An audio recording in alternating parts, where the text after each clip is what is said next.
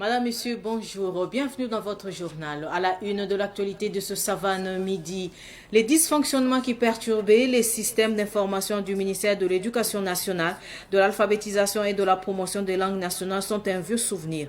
Le système a été mis à jour. Ainsi, la directrice des systèmes d'information du ministère a rassuré les élèves et parents d'élèves sur ce logiciel qui permet de gérer les examens. Changement important au sein de l'organisation des transporteurs routiers du Faso au TRAF. Il s'agit de l'installation d'un nouveau président à la personne de Boukari Ouedraogo et de l'inauguration d'un nouveau siège. Ces événements marquent potentiellement le début d'une nouvelle phase pour l'organisation avec des attentes élevées pour l'avenir sous la direction de Boukari Ouedraogo. Je vous le disais en titre, la direction des systèmes d'information du ministère de l'Éducation nationale, de l'Éducation nationale, de l'alphabétisation et de la promotion de langue nationale a mis à jour un logiciel qui permet de gérer les examens. Si au cours des examens de l'année passée, on a constaté des problèmes, la directrice des systèmes d'information du ministère a rassuré les élèves et parents d'élèves. Samuel Moko et Yakuba Kemtore sont allés à sa rencontre le vendredi dernier. Le logiciel SISEC, ou Système intégré de gestion des examens et concours, est une application qui permet de gérer l'ensemble des examens. Il aide les directeurs provinciaux qui organisent les examens dans l'affectation des membres de jury. Les provinciaux qui doivent organiser les examens, c'est eux qui doivent affecter les acteurs dans les jurys. Et l'affectation se fait vraiment par l'utilisateur. Ce n'est pas le logiciel qui affecte automatiquement dans les jurys. C'est l'utilisateur qui choisit le centre d'examen, il choisit le jury, il dit le niveau qu'il veut, on choisit le niveau et le poste. Si l'affectation dans les jurys a été bien effectuée au niveau de l'organisation, tous les acteurs qu'on a affectés au niveau de l'organisation remontent à l'administration. Donc nous constatons actuellement qu'il y a certains présidents du jury qui n'ont pas de compte. Ça veut dire que leur affectation n'a pas été faite dans le système. Donc le système ne les reconnaît pas et du coup, il n'y a pas de compte qui a été créé pour eux dans le système. Donc ces cas, nous sommes en train de les traiter et je pense que nous sommes presque au bout. Le traitement consiste à bien les affecter, puisque l'affectation avait été bien faite dans leur jury et maintenant à créer leur compte. La convocation des candidats libres et des membres de jury sont également générées par le logiciel. Donc pour les convocations, le système génère des convocations pour les candidats libres. Puisque les candidats libres, pour qu'on puisse les accepter dans les jurys, il faut qu'ils présentent un document. Donc nous générons les convocations des candidats libres. Et maintenant les convocation aussi pour les membres du jury. Les membres du jury, il faut comprendre par là les présidents du jury, les vice-présidents, les présidents de centre secondaire, les correcteurs. Voilà. Donc, par exemple, ici, nous avons l'ensemble des acteurs qui ont été affectés dans un jury. Si vous voyez, il y en a qui sont à CONSA 1, il y en a qui sont à CAM-5, tout et tout. Voilà. Et donc, on peut générer une nouvelle convocation. Il faut dire que ceux qui ont déjà des convocations, quand on vient pour générer une convocation, on ne génère plus de convocation pour eux. Parce que si tu as une convocation, il faut qu'on annule ta convocation pour pouvoir générer une autre convocation. Ah, voilà. Donc, pour cela, quand on va dire nouvelle convocation, c'est ceux qu'on vient d'affecter nouvellement, c'est eux qui auront une convocation. Donc, pour la convocation, on choisit la région, la province, et le lieu, la date de la convocation. La directrice rassure les élèves et leurs parents sur la fiabilité de ce logiciel qui n'aime pas les erreurs. Nous allons encore rassurer les parents que ce système, vraiment, il n'aime pas les erreurs.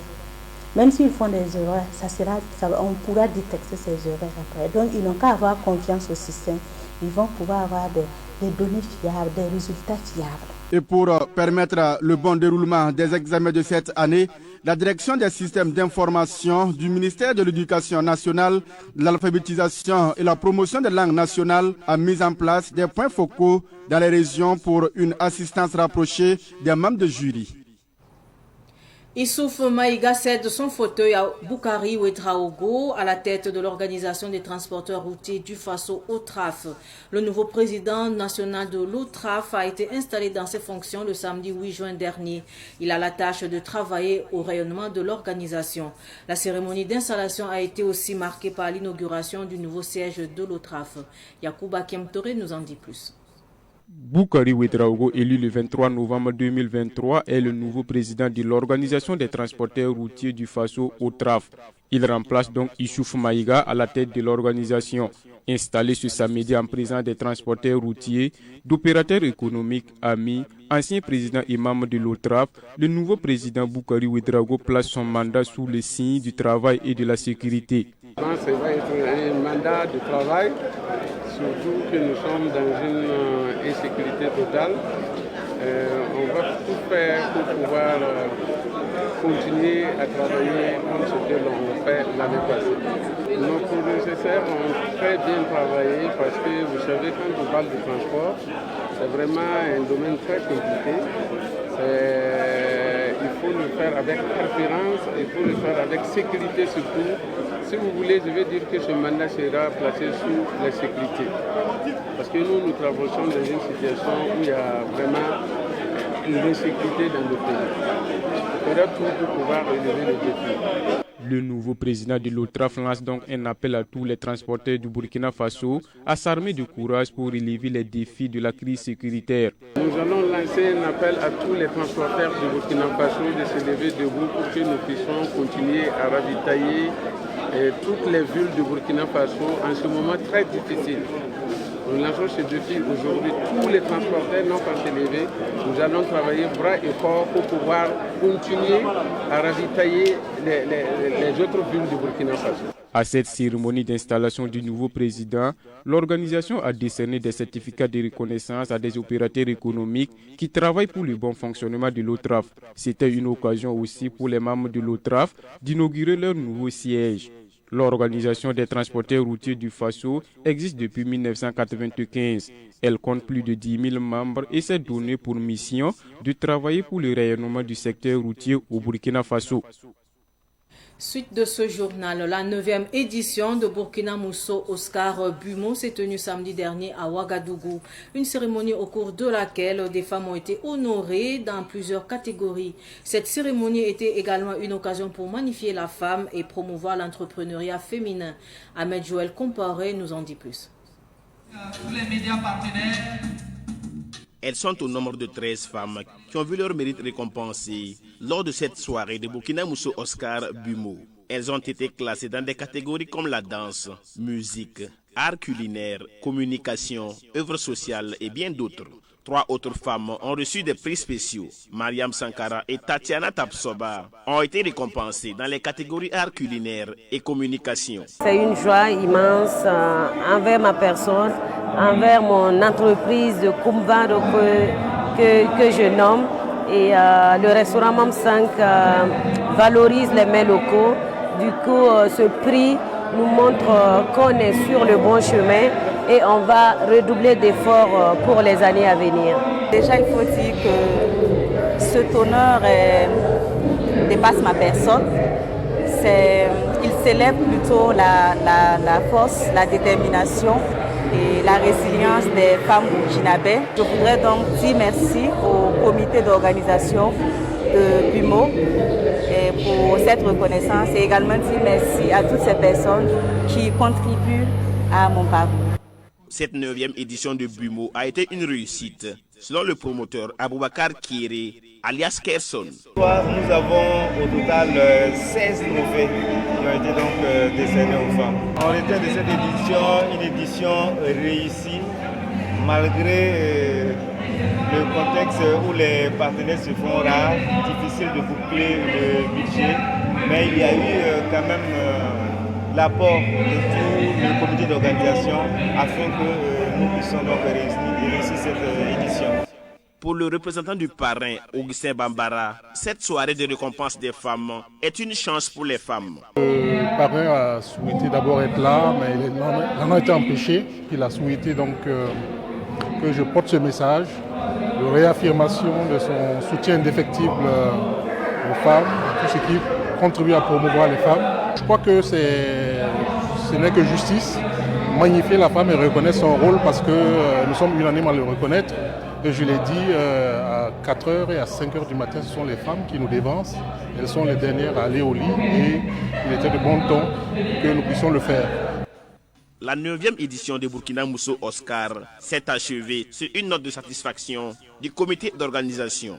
Rendez-vous est pris l'année prochaine. Parlons à présent de Nabasga. Le Nem Naba Ritam 2 a célébré le samedi dernier sa cérémonie coutumière annuelle, le Nabasga. C'était une occasion pour rendre hommage à ses ancêtres et implorer des bénédictions pour le retour de la paix au Burkina Faso. La cérémonie a eu lieu à sa résidence à Cambouensin. Yacouba Kemtore.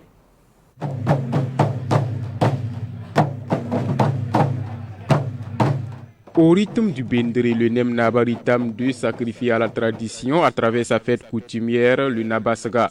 Le Nabasga est une fête rituelle qui consiste à rendre hommage aux ancêtres et les remercier pour la saison écoulée et implorer des bénédictions pour celles qui commencent. Chaque année, nous célébrons cette journée qui est la cérémonie coutumière et traditionnelle appelée en Moré Nabasga. C'est une cérémonie qui est consacrée à des rites et à des sacrifices rituels à l'occasion de laquelle nous rendons hommage à Dieu, à nos ancêtres, aux membres de nos ancêtres et pour tout l'accompagnement au cours de l'année, pour tous les soutiens. Et nous profitons également de l'occasion d'implorer encore leur accompagnement pour les années futures, pour que la communauté qui vit au niveau de Nemné, au niveau de notre circonscription et au-delà de notre circonscription, au niveau du Burkina Faso, puisse vivre dans la paix, la santé, la prospérité. Cette fête culturelle et traditionnelle est l'occasion pour les parents, amis, collègues et chefs traditionnels de présenter leurs vœux de santé et de bonheur au Nem Naba Ritam 2. Nous sommes là pour le magnifier. Vous savez, le Nabasga, c'est toute une tradition que chaque année les chefs coutumiers obéissent pour que les mânes et les ancêtres puissent continuer à bénir et à rendre bénéfique tout ce que nous avons dans cette vie. Tout Mouara se réfère et se reconnaît à travers le Nabasga.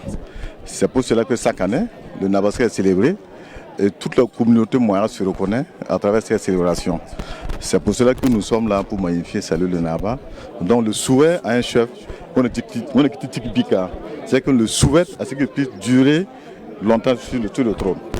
Le Nabasga est également une opportunité pour le Nem Naba Ritam 2 et ses notabilités d'implorer les membres des ancêtres pour le retour de la paix au Burkina Faso.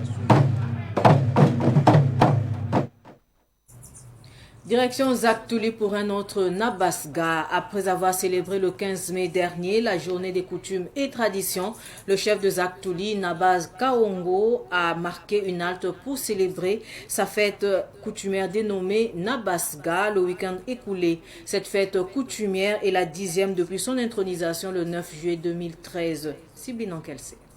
Le chef de Zaktouli, Naba Kango, a honoré ses ancêtres à l'occasion de sa 10e fête coutumière. Cette fête dénommée Nabasga marque le 10e anniversaire de son intronisation le 9 juillet 2013. Cet anniversaire est une occasion pour Naba Kango d'observer une halte pour dire merci à ses ancêtres pour leur accompagnement quotidien et remercier l'ensemble de ses notables et ses sujets pour leur soutien indéfectible. Ce 10e Nabasga de Naba Kango de Zaktouli intervient 3 semaines après la célébration de la journée des coutumes et traditions. Le gouvernement a eu à instaurer donc la journée du 15 mai, qui est une occasion donc pour valoriser nos coutumes et nos traditions.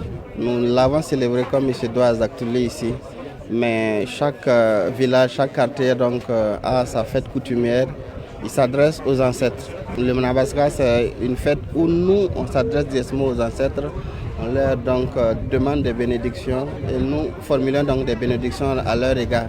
Donc il est important donc, que nous fassions ça parce que c'est chaque année que ça se fait et nous tenons donc à encore une fois de plus célébrer cette journée de Nabaska qui est donc nous offrant à nos ancêtres et naturellement donc recevoir leur bénédiction et leur accompagnement tout au long de cette année. Durant les 10 années passées, le chef des Aktouli s'est appesanti sur la valorisation de la culture et de la tradition. C'est juste un stop pour 10 ans de célébration, 10 ans de valorisation donc, de nos coutumes ici, 10 ans donc, de célébration donc, de la culture des Aktouli ici parce qu'il y a un festival dénommé Journée de culture et de tradition des Aktouli. Ça fait 5 ans que nous célébrons ça et encore donc c'est le couronnement de tout ça. En 10 ans que nous tenons donc à remercier les ancêtres et demander donc leur accompagnement. Ce Nabaska a encore mobilisé parents, amis et connaissances de Nabakango de Aktouli. Ces derniers sont venus présenter leur civilité et leur reconnaissance à Nabakango. Parmi ses parents, Maître Lassane Pierre Yanogo, fils de Aktouli et ex-maire de l'arrondissement 2. C'est pour nous une fierté en tant que natifs de Aktouli de venir commémorer cette célébration de nos grands-parents, de nos ancêtres et demander à eux d'intercéder pour la paix pour notre pays, pour la sécurité pour notre pays et pour que nous puissions nous retrouver dans une cohésion sociale que nous avons toujours rêvé d'en avoir. Le sport était également au menu de ce 10e Nabasgar du chef de Aktouli. Actualité sportive pour clore ce journal. Le Burkina Faso affronte ce soir à partir de 19h temps universel à Bamako au Mali la Sierra Leone pour le compte de la 4e journée des éliminatoires de la Coupe du monde de football 2026 dans le groupe A. Comment les étalons doivent aborder cette rencontre après une chute à la 3e journée face au pharaon d'Égypte? La réponse de quelques techniciens de Kaya. C'est un MT réalisé par Ruben Wilson Kodjo. Ces matchs de la 4e journée, les étalons partent favoris pour ces matchs. Et je pense que nous allons remporter le match. Pour le remporter, il faut bien jouer et également il faut que l'entraîneur Brahma Traoré fasse sortir le grand jeu face à cette équipe. Pour moi, les joueurs qui peuvent faire la fête au regard du match qu'on a livré contre l'Égypte, parce que si le coach procède à un peu de réglage ou de remplacement, ça peut aller. Notamment, moi, je vois l'attaquant Mohamed Konaté à l'attaque associé avec Dango et Lassina Traoré. Moi, déjà, l'absence de Dayo, Bertrand et Hervé Kofi joue sur l'équipe. Bon, déjà, il faut reconnaître qu'il n'y a pas de petits matchs. Et vu déjà le match qu'on a perdu contre l'Égypte, je pense qu'on doit aborder ce match avec beaucoup plus de concentration. Voilà, parce que contre l'Égypte, on a encaissé 2 buts dans les 10 premières minutes. Donc ça prouve qu'on a un problème de concentration. Et par la suite, les garçons se sont ressaisis, mais disons que c'était un peu trop tard. Donc je pense que pour ce match, on doit vraiment l'aborder avec beaucoup de concentration dès le départ. Et je pense que par la suite, on aura la victoire. On doit aller déjà pour avoir la possession, dominer le match et puis marquer. Donc moi je pense qu'il peut partir d'un système de 4-3-3 et pour être plus offensif. Donc je pense que ceux qui sont là et sont également des joueurs talentueux. Je ne pense pas que l'absence d'un joueur quelconque peut peut-être influencer les résultats de l'équipe. Je me dis que c'est un match à notre portée. Vu le match qu'on a fait contre l'Égypte et vu vraiment la qualité du groupe, personnellement je crois qu'on a notre chance et je crois qu'on va gagner le match. Moi je crois qu'on a un groupe capable de relever ces défis. Qu'on essaie l'attaquant qui est en forme et Mohamed Konaté. C'est le coach qui décide. La victoire est à notre portée. Maintenant c'est à nous de savoir prendre le match, surtout les premières minutes. Puisque si on regarde le match contre l'Égypte là, on a perdu le match là dès l'entame. Le début là sera très décisif. Donc on ne doit pas être passif. On doit attaquer le match dès le début, essayer de les marquer et puis les faire douter. Une fois qu'on va les faire douter là, on pourra gagner. Voilà. Sinon si on va rester derrière à défendre ou bien les observer là, ça ne sera pas bon pour nous. Voilà. Donc je voulais analyser une partie aussi, surtout le milieu là. On a vu que la fois passée, nos milieux qui ont débuté le match là, ça n'allait pas du tout. Voilà, donc ce qui fait que l'équipe là était un peu coupée à deux. Donc les attaquants n'avaient pas les ballons comme ça qu'il faut. Ce qui a fait qu'ils ont eu du mal à jouer, si ce n'est pas au niveau de la 10e période. Ils doivent surtout corriger le milieu pour maintenant revoir la connexion entre milieu et attaque. Donc le système que j'ai proposé, le 4-3-3, basé sur le pressing, peut marcher sans souci. Donc quant à moi, il faut commencer avec l'équipe qui a terminé le match contre l'Égypte. Ainsi s'achève cette édition d'information. Merci de nous rester fidèles. Au revoir.